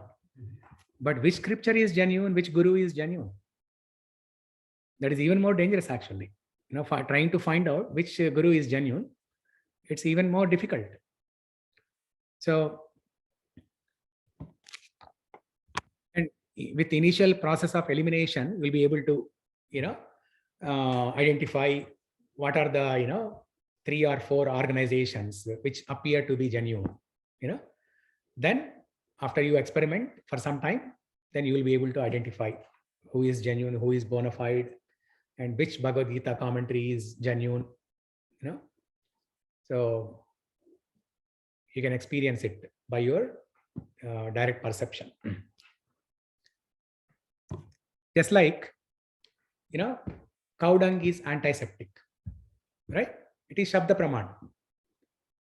But what is better than Shabda Praman? That you experience the antiseptic qualities of cow dung. You put that in the front yard of your home and see if there are any bacteria or anything coming. And when you see the result by yourself, when there is no bacteria coming, then it is antiseptic. So that is Anubhava Praman. Yeah. Sanatana Goswami quotes this, which is the topmost, method of acquiring knowledge. But you start with Shabda Praman, and then you verify the knowledge that you acquire through Shabda Praman with your Anubhava Praman. Now, okay, so because I could not stop talking about this verse, I directly jumped to this verse. But chapter 9, most confidential knowledge. That chapter is titled as Most Confidential Knowledge, Raja Vidya, Raja Guhya Yoga. So here, Krishna gives more details about himself. Chapter 7, he started talking about Krishna. And then chapter 9, he gives more details about him. And he also tells us how to fine-tune our devotion. How to fine-tune our devotion. So you started hearing about Krishna in chapter 7, and then you developed a desire to attain him in chapter 8. And now you cannot attain Krishna unless you achieve perfection. So Krishna tells in chapter 9, there is that verse Ashok said, right? Ananyas chintayanto mam yomam Ananyas chintayanto mam ejana paryupasate tesham satata yuktanam yogakshemam vahamyaham. Yeah, the famous LIC slogan, Yogakshemam vahamyaham, comes from this verse. So Krishna says, if one performs unalloyed devotion, I provide them what they lack, and I protect what they have. 923. In this book, it's 922. 22 or 23? 20. Yeah. No, in every book it will be same. I forgot the number. Yeah. I personally experienced. You experienced this? Okay. Okay. So would you like to share something? Once is like financial need. It's like, who's going to help me? Yeah. And I remembered this, went back to bed. Yeah. 1 second. Let me open that verse so that everybody can hear what we are talking about. So we are talking about this verse 9.22, where Krishna tells how to fine-tune Krishna tells us to fine-tune, not how to, but Krishna tells us to fine-tune our devotion. Ananyas chintayanto mam ye jana paryupasate tesham nityabhiyuktanam yogakshemam vahamyaham. Those who always worship me with exclusive devotion, meditating on my transcendental form, to them I carry what they lack and I preserve what they have. Yeah. So Krishna is asking us to develop unalloyed devotion. Ananyas chintayanto mam. Ananya bhakti. Ananya bhakti is unalloyed devotion. Yeah. Ashok. So Ashok is sharing his experience related to this verse. Recently, I was in some financial need. So I was like, no one to ask. So I just prayed to the God, went back to bed. Then I got a WhatsApp message like, hey, one of my friends, 9 months back or something, and I forgot that I gave some money. Yeah. So he messaged me like, I'm returning the money, whatever you gave. Okay. So you yourself forgot that you gave money to him. Then he messaged me like, he gave me this money, so I'm returning it back. So you did not ask him, you did not send like a group message that went to everybody. No. He does not even know that you are in need of money. No. Okay. So all of a sudden he just contacted you and returned the money. Wow. Yeah. I mean, these days somebody returning our money is a great thing. Yeah, it's a great thing. My wife always complains like, you always do, but you do not get it back. I did not understand the part. Did you read this, Prabhuji, and go to bed? And next day, what happened? One of my shlokas I always read before I go to bed. Okay. To God, like it's like my final prayer. Yeah. I recite this shloka and then I go to bed. On that particular day, like I was like, okay, I don't know what to do. So I recited this. Yeah. So, okay, everything is left to God. Take care of it. And Yeah. I go to bed. Okay, 1 second. Let me. I want to show the audience also. Actually, from next week, I'll get the tripod and I'll put my phone facing audience, and then that way the online demigods can see all of you. Yeah, Swati, can you see 300 people here? Yeah, I ever requested money back or something, or he did not know that I was in some financial need. Yeah. So I got a WhatsApp message like, hey, you help me out. I'm returning back this money now. Yeah, that's miraculous. You know, it happened to Harilas Maharaj also. Okay. You have seen him in the temple, right? So once when Prabhupada was alive in Paris, Prabhupada was going to visit Paris and he asked Harilas Maharaj to arrange a program for his visit. Then he was short of funds. Okay. When Prabhupada is coming, the arrangement should be grand and they should book a nice theater, so that many audience can come, and the arrangements, everything costs money. So he was running short of funds. Then he was praying to Krishna, and then all of a sudden, out of nowhere, he found a bag full of cash. In the temple hall, he found a bag full of cash. He told this many times. This example, Haridas Maharaj told this many times in his lectures. So out of nowhere, he found a bag full of cash in the temple. It was like 40, 50 years ago. Okay. So, I mean, how can you find, bag full of cash all of a sudden out of nowhere? So yeah, these are the examples, when devotees lack what they need, Krishna provides. And he protects what they have. So that's why we see some devotees, they don't worry too much about their material duties, like their job and house, so many things. But somehow the arrangements are done so nicely. I mean, we can see Tarak Prabhu, right? You all know Tarak Prabhu in the temple? I might have seen him. Yeah. So Tarak Prabhu, he quit. He was working at Boeing. Okay, he's a temple president, by the way, but he doesn't look like president. He's very hardworking by himself, and he does a lot of hard work all the time. He's available 24 hours, 24/7 mode. So he used to work at Boeing, and then during those layoff time, I think 10 years, or I think during that recession time, he was laid off. Then he decided to, he tried for some jobs initially, but he felt probably he did not update his skills, and he felt it was not the right time to look for a new job. And then he just decided to dedicate his complete time to temple. That's why you see all the time he's in the temple, and he's available whenever you call him, and he does so many services. He has 3 kids. 2 kids are doing medicine. He has a mortgage on his house and no job since last 7-8 years. So who is providing that? Krishna. Now he's making some arrangement somehow or the other. His daughter, she is same age as my daughter, or maybe 1 year, 2 years younger. Yeah. She's not 16. Yeah, 1.5 years younger. But she got into some lottery program in UW, medicine, full scholarship. Full scholarship. Yeah. She can skip her 11th and 12th grade. She doesn't have to do. She's in 10th grade, but she's going to college now already.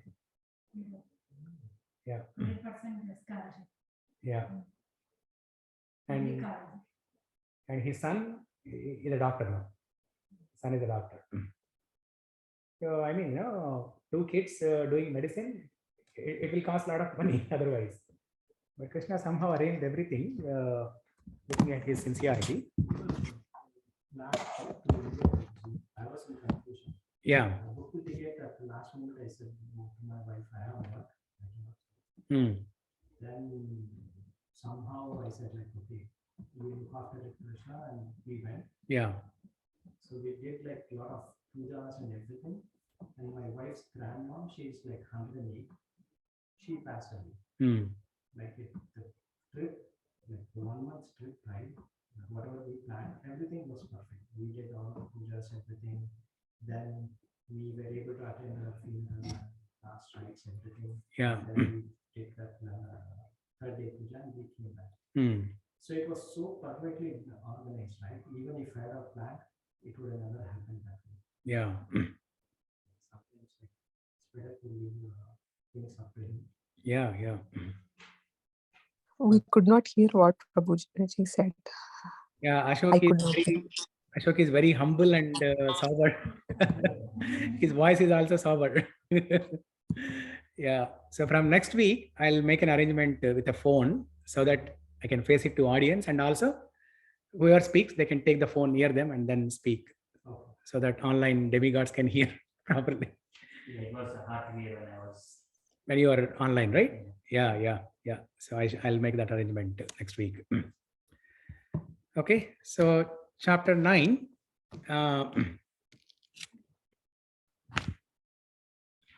Yeah, Krishna starts giving more details about himself and some of the important things.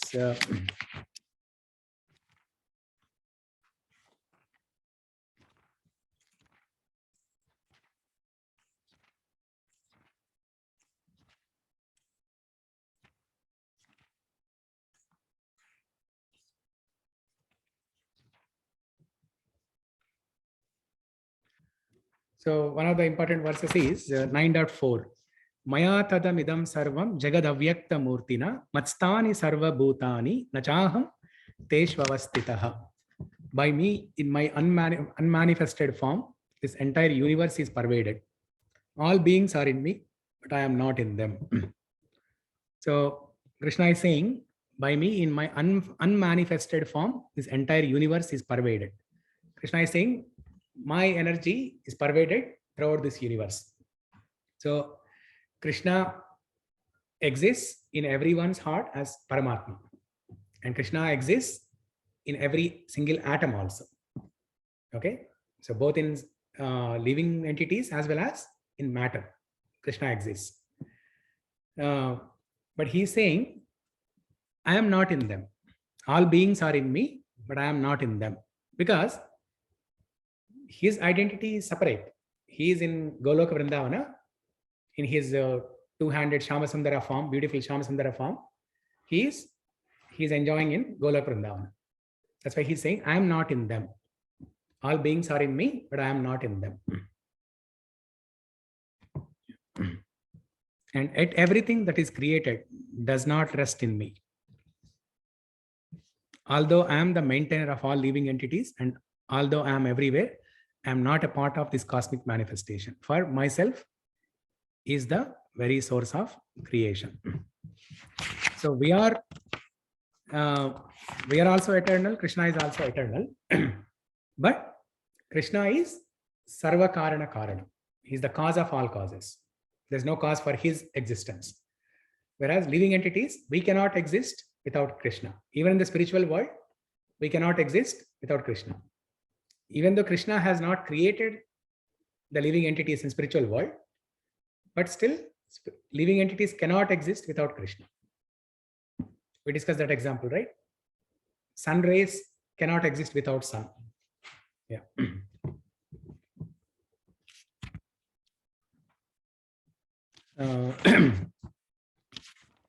Yeah. So the most confidential knowledge, Krishna talks about himself and how to fine tune, and he asked us to fine tune our devotion to achieve him.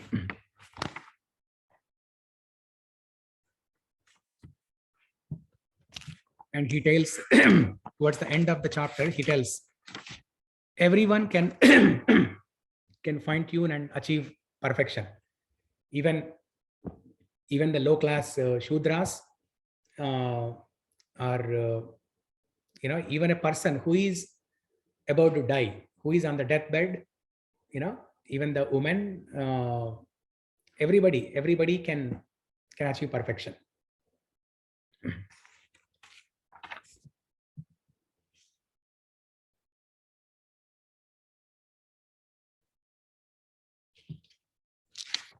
And then most important of all, okay, so what is the charama shloka of Bhagavad Gita?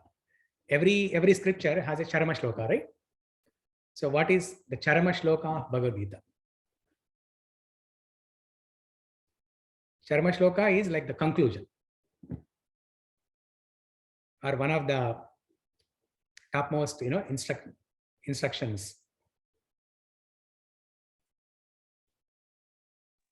So Bhagavad Gita has 2 such charama shlokas. Prabhuji, is it Patram Pushpam Phalam Toyam? Huh? Is it Patram Pushpam Phalam Toyam? Patram Pushpam Phalam Toyam. No, not that one. Yes. Manmana Bhava Madbhakto. Okay. So Krishna repeats that verse in 18th chapter again. First he tells that in 9th chapter, and then the same thing in 18th chapter. So this is one of the 2 charama shlokas. This is one, and then Sarvadharman Parityaja. Yeah. Sarvadharman Parityaja comes in 18th chapter. So chapter 9, I think 9.34 or 34, right? Yes. 9.34, Krishna says, Manmana Bhava Madbhakto Madhyaji Mam Namaskuru Mame Vaishvesi Satyam Te Pratijani Priyosime.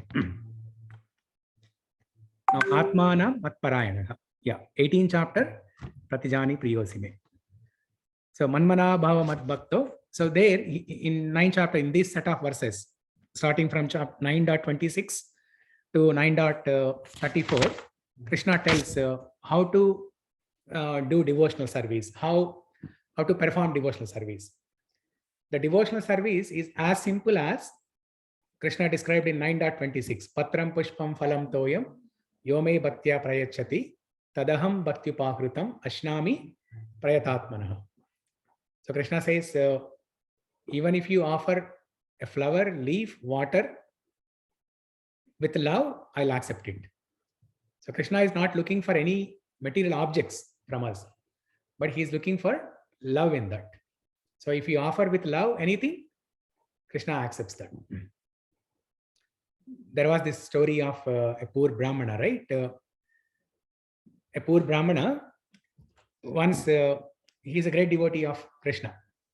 So once he sees the king of that kingdom performing a opulent festival for the Lord. Okay, some festival for the Lord, the king conducts in a very opulent way. So looking at that, the Brahmana desires, oh, I wish I could also do like this. I could also serve my Lord like this. And then the Lord gives him the ability to worship, to do that in a monastic way. So that Brahmana, in his mind, he builds a huge, opulent castle for the Lord, and then all the paraphernalia, grand, paraphernalia for the festival. And just like how the king was performing, he was able to perform in his mind. And then the Brahmana was cooking payasam for the Lord, and then he wanted to check if it is very hot or how it is. And then he puts his finger in the payasam, and he actually burns his hand.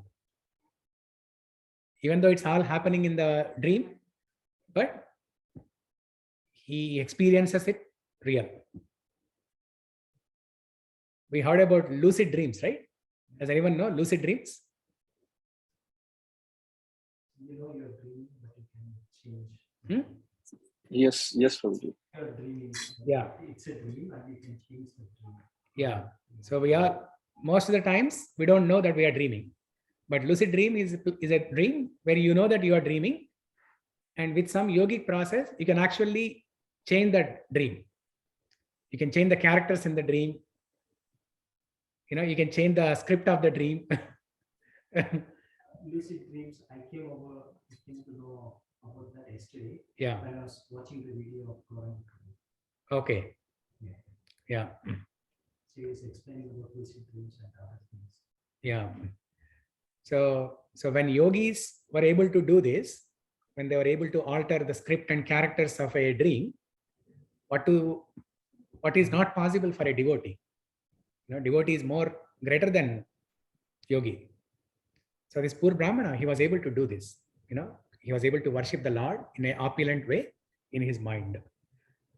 Even though that is not needed, but to fulfill his desire, to fulfill the desire of a sincere devotee, the Lord made that happen. And then there is another verse, 9.27, another important verse where Krishna says, Yat karoshi yadasnasi, yat tapasvasi kaunteya.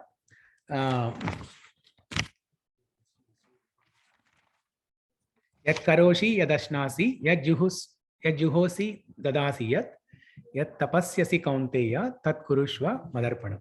Whatever you do, whatever you eat, whatever you offer or give away, and whatever austerities you perform, do that, O son of Kunti, as an offering to me. So if somebody is good at dance, music, or cooking, they can do all these things as an offering for Krishna. Instead of making them as a profession, they can do this as an offering for Krishna. That's called Kainkaryam, right? So that's how all these fine arts used to be in the olden days. They were all meant to serve Lord. That's why we used to see Devadasis in the temples, in the olden days. Their job was simply to dance for the pleasure of the Lord. But now, over a period of time, the dance has taken different forms and shapes. It has become a profession and it has become commercial. But the primary purpose of all these fine arts, dance, music, art, is to please the Lord. So even in this age, everybody can do that as an offering for Krishna. Whatever you do, even your profession, your material profession, occupation, your occupational duty, you can perform as an offering for Krishna with a consciousness that, okay, so I can donate some of the money that I get from this profession as a donation to the temple or to the festivals, or I can donate some money to Brahmanas. I can donate some money to the cultivation of knowledge, book distribution, or you can have consciousness that by the money that I get from this profession, from this occupation, I can maintain my family nicely, so that everybody in the family can perform devotional service nicely. Okay. So everything can be offered as a service to Krishna. So these are set of verses where Krishna tells how to perform devotional service. Now, so far Krishna has given Krishna himself, without asking, Krishna himself started telling about himself. Now, when you start hearing about somebody, you are curious to know more and more. So that is the topic of 10th chapter. In 10th chapter, Arjuna asks, Krishna, please tell me more about your opulences. I want to hear more of your opulences. So that we will hear. We'll continue in the next class. 10, 11, 12. We'll try to cover in the next class. Vibhuti Yoga, opulences of the Absolute. So any questions, comments? Any reflections, anything? Experience that, Prabhuji, that we have like ABCD associations, books, chanting, and yeah. So when I went to India, there was only books and chanting. Okay. A couple of books. Yeah. So I was able to read the Ramayana, which I took from one of the Gurujis or from ISKCON. Yeah. Bhakti Vikas Swami. Bhakti Vikas. Yeah. So I was able to read the book, but I can sense like association as well as the prasadam, the diet, yeah, is also important. Yeah. to do the sadhana. Correct. Yeah. So, yeah, it is difficult to get good association in India because the temples are far away from your homes. It's so widespread, right?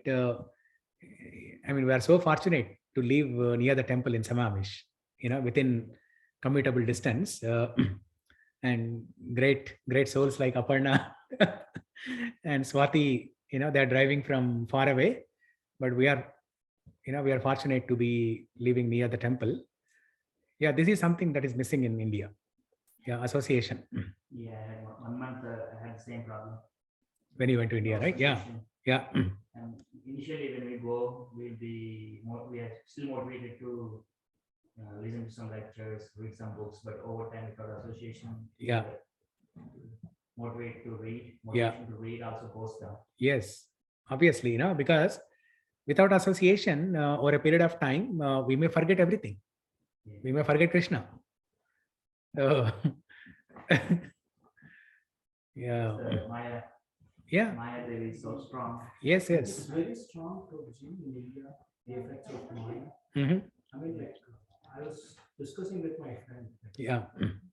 Especially I was in Bangalore for almost 1 month. Yeah. It's so much progress.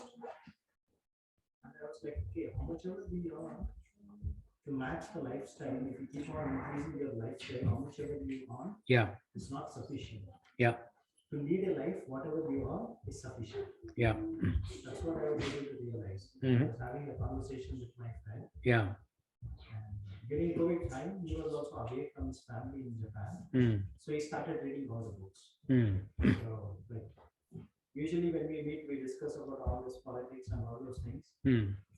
Like 3 hours, we were only discussing about spirituality. Mm-hmm. And other things like books, philosophy, those things.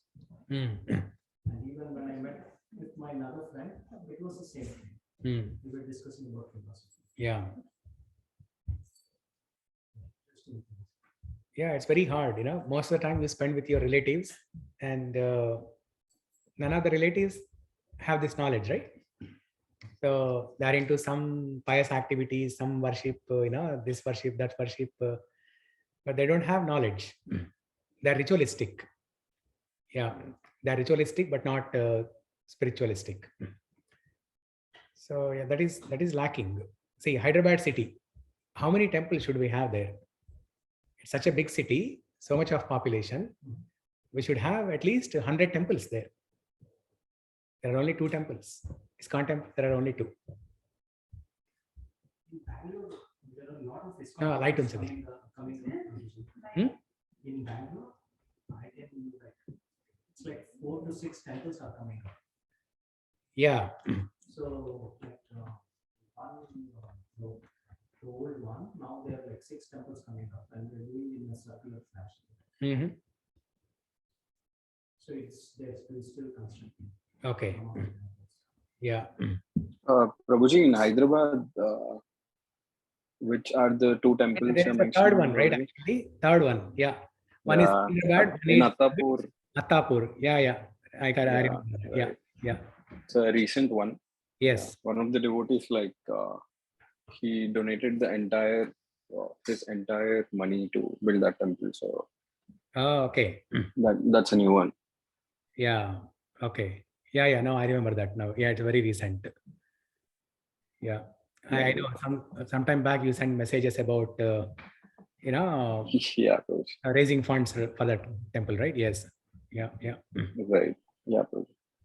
So yeah, like that we should have 100 temples, and in every hometown, we should try to do something to develop a temple near, within the city. The place where I am in Warangal, there's a temple, but it's little far from the city. It's not as far, as it is very hard to commute, but people take that as an excuse that it's too far. It's only 15 minutes. But people take that as an excuse to commute, and they don't go there at all. And I've also seen like meat eating, intoxication, and gambling is a lot. Yeah. Like for gambling, if you open your mobile, like doing any apps, the ads pop up. Yeah. Gambling, that's especially in India. Yeah. And then meat eating